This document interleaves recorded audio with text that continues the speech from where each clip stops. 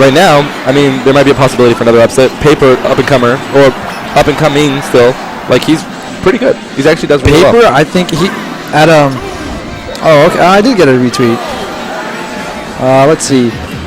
Oh, cool. Want to read it out loud? Okay, so from Dylan Nguyen, what do you think about Sky at the tourney? Oh, Sky at any tourney is probably the best person to be around. He's one of the brightest human beings ever. Like, he's smart, he's sassy, and I think he's single. So for all you guys, you know, who like Sky, I'm gonna hook him up. He's my boy. The Z matchmaking service. Yeah, but in all seriousness, Sky's underrated as a brawler. He's an amazing league player, and I think he's just, if you really haven't gotten a chance to just hang out with Sky, like at a tournament or even outside of a tournament, you're missing out. He's a lot of fun. Nice. I also got one from Silly Kyle. He says, you and Oach should kiss on stream. Maybe. We'll see. We'll see about that one. We'll see how this goes. All right. So I actually got to go right now. I have my match. I have to doctor's appointment. Oh, you do? Doctor's appointment. Oh, okay. Doctor's appointment. All right, yeah, for sure. All right. So sorry, Silly Kyle, we won't be able to do that for you, but we will talk later. All right. I'll see you. All right. I'm joined by now the. No. I'm just helping. Me and you. We're teaming up. We're doing this. I got the fiercest of them all with me now here to commentate on these the Golden Coast winners bracket matches. Right now we've got Larry and Paper. Now Larry's got a pretty solid one stock lead at the moment. That chain grab is just killing Paper right now. So much damage. What do you think Paper could do in this matchup to bring it back? Well, I know Larry's not going to let him bucket anything, but I guess it's probably going to be a hard matchup for Game & Watch. But I guess he can try to kill him early, like that. That I was like, gosh, what kind of like commentator's curse is that? Man, yeah, Larry's just way too clean right now. He plays so safe. Against like, he makes like the matchup, like this matchup is supposed to be somewhat stressful for Falco, but Larry being at that high level that he is, it doesn't look that difficult, and it's funny, a lot of people will be, oh, well, I'm just going to use Falco for Game & Watch now, and then they try it, and then Game & Watch is able to, like, throw out all these moves and shut down Falco's approaches, and then it's like, dang, Larry's just that good. So, I mean, it's going to be hard for Paper, especially since, you know, Larry took another stock with the down throw Dacus. Oh, I know, I'm sorry, he jump upper, I think. But, yeah, I mean, good matches all. Oh, and that's the game. You're not good, Larry. Larry, you're not good. I know you hear me. My favorite thing about Larry is that we have this friendly rivalry where Larry's the most humble, like really nice guy, you know, but I will do everything I can to just disrespect him in his face. Like I talk about his mom, I talk about his girlfriend, I talk about his shoes in his face, and he's just like, why are you so mean? And I'm just like, because you suck. Just throwing that shade. Just throw that shade all day. All day, you know? But Larry's a great sport. I mean, he laughs it off. Never really gets mad about anything. So, and he fine as hell, right? Right? Stream watchers. What are they called? Viewers. Stream monsters, if you will. Stream trollians. So gosh. So game 2, we're gonna have it Battlefield. Game 1 was on Smashville. So Paper's electing to stick with Game & Watch. But dang, that grab, the downer is so. Oh, Larry's just. He doesn't care if Paper already saw it. He just says, "I'm gonna grab you again, man." This is a bad start for Paper. That's a lot of damage. Can't Falco punish pretty much everything that Game & Watch does? To an extent. I mean, spaced back airs like that, it's really difficult. It's possible with like Dacus out of shield, but I don't know how safe it is because you have to like do the one where you don't charge at all. So it's like it's the B Dacus essentially. But I don't think Larry's really willing to B Dacus him. Like at the time, it was like 80% and not guarantee a kill. Yeah. Because I feel like, you know, B Dacus is definitely one of his most efficient killing tools. Like he's able to utilize it better than any other Falco because a lot of Falcos try it, but they just throw it out there. Larry's kind of like, all right, I'm gonna down throw you this %, and then you're gonna get hit by it at this %. So to him, it's like essentially just another kill move that he can set up whenever he wants. As Larry gets the first stock. So for Larry, it's not so much, you know, I'm gonna punish everything you do. It's kind of like I'm gonna take up a whole chunk of your life with this grab and down air, and then I'm just gonna kind of wait for you to do stuff that I can laser something. Because if you notice, Larry does that single laser against Game & Watch. He'll jump up and just be like, one laser into jab, one laser into that, right there, one laser into jump down air, one laser into something. Because that one laser gives him enough hit stun to where he can connect like another move, or he can connect a really solid read. Oh, that's just a bad approach. And I guess the thing with Game & Watch's bucket, if he feels it, he can't save himself if he's about to die then, right? Yep. And since Falco's lasers, you know, I mean, they're not that powerful. Like, they're annoying, but they're not strong. And so it's not really a great kill move. I think you have to be around 60 or 70% for it to like actually have sufficient knockback. So it's not even worth bucketing, unless if you plan to just bucket rapid fire, bucket, you know, just dump all day.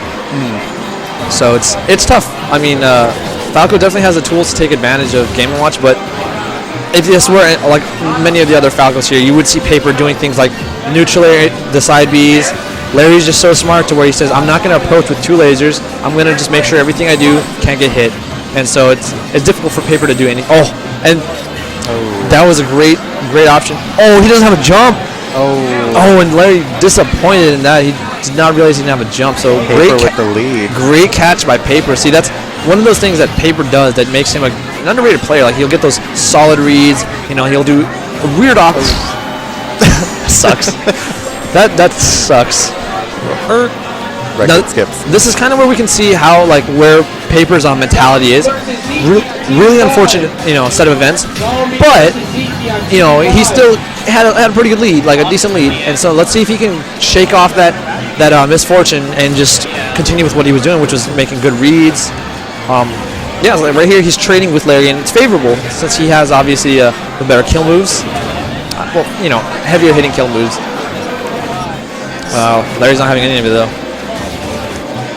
Oh, good down smash. Barely got that jab range.